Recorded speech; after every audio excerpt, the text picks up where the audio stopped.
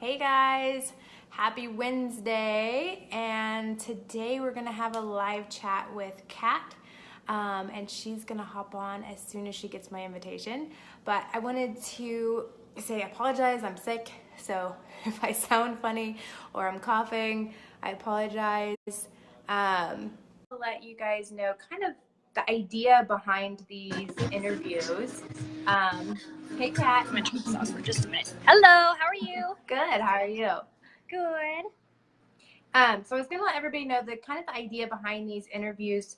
Obviously, I know these photographers; they've gone through my course, but really, I want these interviews to be more about their journey of being a photographer and how they've, what their story is. I want it to be motivation and inspiration for anyone out there that's like struggling or like, okay, should I just quit? What should I do next? I want you guys to really hear their stories and understand that you're not the only one, that everybody goes through those struggles, and have them share their advice on how they overcame those struggles, what those struggles were, and give you just motivation and inspiration. When I had Kira on, she told me afterwards, she's like, hey, Law, hey, Katerina.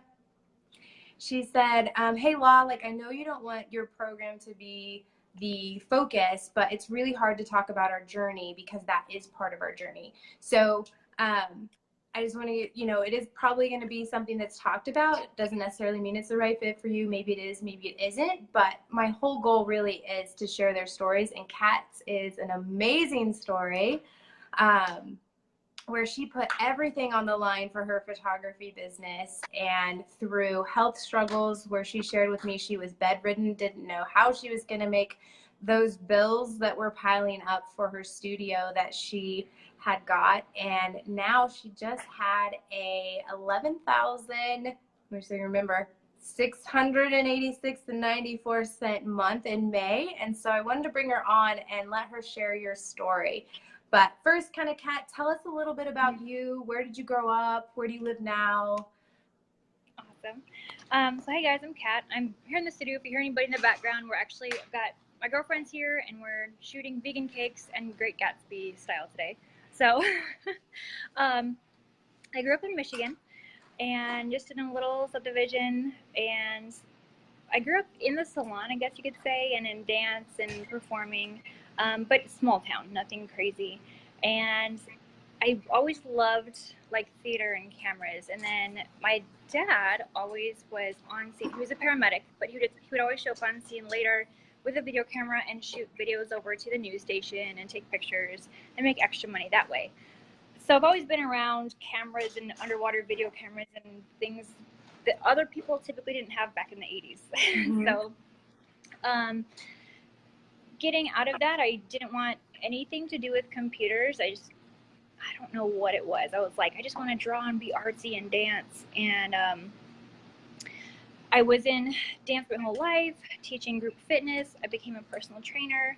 And through all the bodybuilding shows and everything, I developed some major spine issues. I was actually scheduled, let me back up a little bit. When I got married to my husband, I stopped training. I couldn't teach. I couldn't do anything. And it was my feet, actually, at that point, were collapsed arches, and I had other injuries. So I stopped teaching, stopped doing any of that, and went into full-on marketing for his upholstery shop.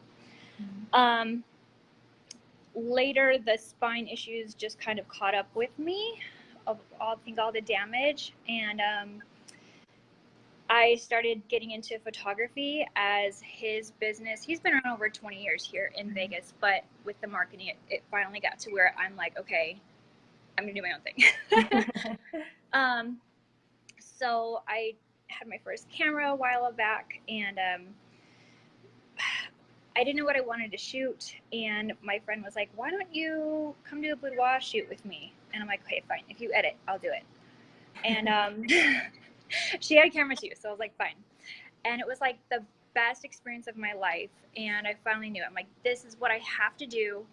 With all the years of my personal training, no one felt so empowered and loved their bodies in 20 minutes. No one did it in weeks, no one did it in months, no one did it in years. Felt that passionate about their body within 20 minutes. And I was just like, we're like, oh my gosh, this is amazing. We're like all chatting and tearing and like, we have to do this. And within 6 months, I had a business license and was opening up and doing a full grand opening party. As that was in January, by July, my back was still getting worse. I was going through the injections where they burn the nerves, and it was progressively just getting worse and worse and worse, and it wasn't working with every procedure, to the point where they were scheduling me for this week of June, for spinal fusion. And I was just like freaking out. Even back when I was getting the keys to this place, July 7th, 2017, it was really scary. I was starting all the injections and things, and they were pushing me off and blowing me off. And I said, look, I'm about to sign this lease, and I can't if I can't work. This is a major overhead, major. And I'm just walking in faith. And I was like, God, I know you're real, and I know you've showed me signs, but just give me a sign. And we scheduled the day to go get the keys and sign the papers. And at this point, I'm still like, I don't have peace. I don't want to do it. I'm videoing, I'm recording everything, and I get there, I do it, and I'm just like, why did I do this? And I was recording the whole thing, and I go to edit the video, and I title it 7717, and I was like, oh my gosh, and I was like crying so hard, because 777 has always been a big number between me and God. I don't know what it means in the Bible. I have no clue if there's anything in there or not, but it's just a very significant number. And I knew, I was like, okay, it's gonna happen. It's gonna be okay. I spent a good month not being able to work. I would get done with a shoot and be laying on my concrete floor in here, just dead. I just couldn't move. I couldn't figure out how I was gonna get things picked up. I mean, I have massive ladders and things I'm moving in here. So, where am I going? I feel like I'm all over the place. No, you're good. So basically, I'm going to readjust here. Basically, you went through a period of time where you couldn't even work, and you had all these bills going. Were you having to turn away clients, or like, did you have any other struggles? Like, kind of what was going on? Yeah. I was taking what I could with clients and hiring whoever I could to help assist me, but I'm like, I'll do it myself. I got it. So I wasn't turning away anyone until I had stem cell therapy, which was 3 months ago. And I had to take an entire month, pretty much 3 to 4 weeks of not doing much. And I was at that point saying, I can't, pushing them back. So they did get pushed back, but I wasn't turning away. But it was a whole month of no income coming in at all. And only one time since I've opened my doors have I asked my husband, I need help with rent and my bills and my credit cards. I can't do it. Only one time because of that. But because I took that step of faith with the stem cell therapy, I'm now not having to go through this massive surgery to where you can't even pick up 5 pounds for an entire year. You can't twist, you can't bend, you can't do anything. And it would be months before you even get back in the studio. I was going to say something else. I'll have to come back to it. That's okay. But so what made you decide to do your own photography business? I'm just one of those like all or nothing people, and I love being independent. And honestly, I was really sick and tired of being at the upholstery shop with my husband. I love him to death, and I said, because I love you, I can't be here. So what did you find were the biggest struggles in starting a business? So for some people who are listening and they're just getting started, like, what were your biggest struggles? Not knowing, pricing is huge. Not knowing the flow of things. Okay, great, to get a client. Now what?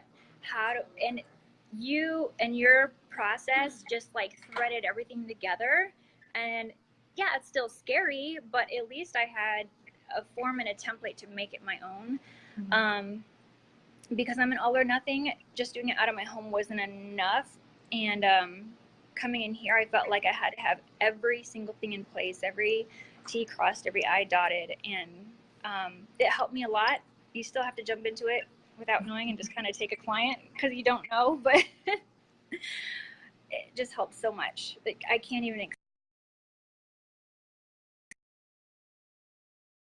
when I started in here, my first studio booking actually was a referral from you, and it was a $1,500 shoot, and I was like, I was freaking out. I couldn't believe how much it was. I was going from like $150 to $300 shoots in the house to $1,500, and now I'm at $2,700. And yesterday I had my first $3,300 sale right out the door. Yay! Yeah. So within not even 1 year, it's just been incredible. That's amazing. Like, so amazing. So what are like 3 things that you feel like have had the biggest impact on your photography business? I mean, obviously besides your health being improved. Right. I have an amazing team. This is Vanessa in this Gatsby outfit here. Hi, amazing team. And this is Jamie. If you've got some good girlfriends, they'll be with you the whole way. And like Jamie this morning got a call at 6:45 from Vanessa. Can you come? What are you doing this morning? And she showed up here last minute. Like, she loves me. Yes. Loving on me. If it wasn't for my amazing girls just stepping in and helping and come play, come shoot, we need to practice, and just being here till 1 a.m. drinking champagne. Yeah, it's playtime, but the hustle, you just have to keep shooting and come up with things that you want and bring in clients that way and really shoot you, whatever you want. If that makes sense. Yeah, sure. What else? So that's one thing, having a great team. What other things do you feel like brought them in? A good portfolio with, you don't need a lot, but a really good portfolio that makes you stand out from the rest. Get down to the details and look at the lighting. Look at, okay, where do they have the reflector if you're not using lights? You know, where's the catch light in her eye? Where's the shadow? Oh, did they crop out a toe? Get down to the such finest details, because it makes a huge difference. Toes pointed, finger placement. A good portfolio with 10 pictures, I think, will just send you off. It's amazing. And then presentation, your prep guide is huge. When they come in here and meet face to face, I sell 9 times out of 10, they're sold. And if they don't, it's because they're waiting till they can afford it. That's amazing. Yeah. I was just talking to someone on another coaching call, and we were talking about the consultation. And one of the tips is that people have 4 main learning styles. And that's why in-person consultations is so important, because when you do that in-person consultation and you have the visual PDF, that you meet all 4 of those learning styles. So if you're trying to do them over the phone or by email or any of that, you're missing out on some of those people and their learning styles, and you may be missing out on clients. So yeah, in-person consultations are amazing. Like game changer. I, in fact, will blow off or want to blow off people that text me, because I have a VoIP number and they can text me that way. But I just had a client come in and spend $2,700 with me through a text. So, but they're typically the ones that don't, and they're here last minute. Like, can you get me in this weekend? We're here visiting, and I'm like, yeah, I don't know how serious you are, but yeah, there's definitely always ones that are the exception to the rule, for sure. Yeah, absolutely. What is one thing that you wish you knew when you started that you know now? That's a good question. I will spend money. I'm so bad. She's like making it rain over here. I will spend money on stuff that I'm like, I think I need this and I think I need that. So to an extent, hold back. But to another extent, really evaluate what you need and go the extra mile to get something that's really going to make a difference. Invest in your business, and don't be afraid to invest, but just do your research. I have a lot of little crap that I'm like, why did I spend money on that? You know, I should have just gotten this. and even in your camera equipment. If you're looking at something, hold off to get the bigger gun or buy used. Awesome. Yeah. So don't necessarily go out and go all out on spending. Really pay attention to what things are going to actually make a difference and have an impact in your business. Yeah, definitely. Love that. Does anybody who's watching have any questions that they want to ask Kat about her journey? I see Maisha and Nicole and Denise and Ronnie and Valerie.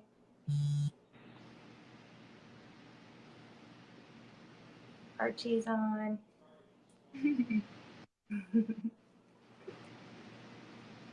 So I had a call come through earlier that I was trying to get off of my phone, and you were talking about how in the very beginning you were doing shoots for 150 to 300, and now you're doing, you know, you just sold your first $3,300 package. Like, how does that feel?